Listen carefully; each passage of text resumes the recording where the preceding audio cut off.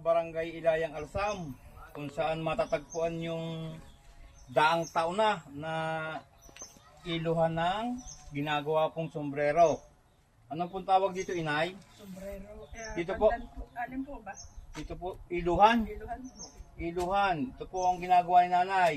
Na sombrero. Inyo nga pong sampulan kami, Nanay. Yan. Yan po. Iniipit po. Mm-hmm. Hindi ho naabot ang kamay nyo. Po. Yan. Ganito po. Pinalalambot po yung, ano po yan? Pandan. Pandan. Yung pong pandan, yung sinasabing pandan, hindi po yung panlagay sa ating sinaing. Yung pong pandan, kalagumay. Yung po ay big pandan.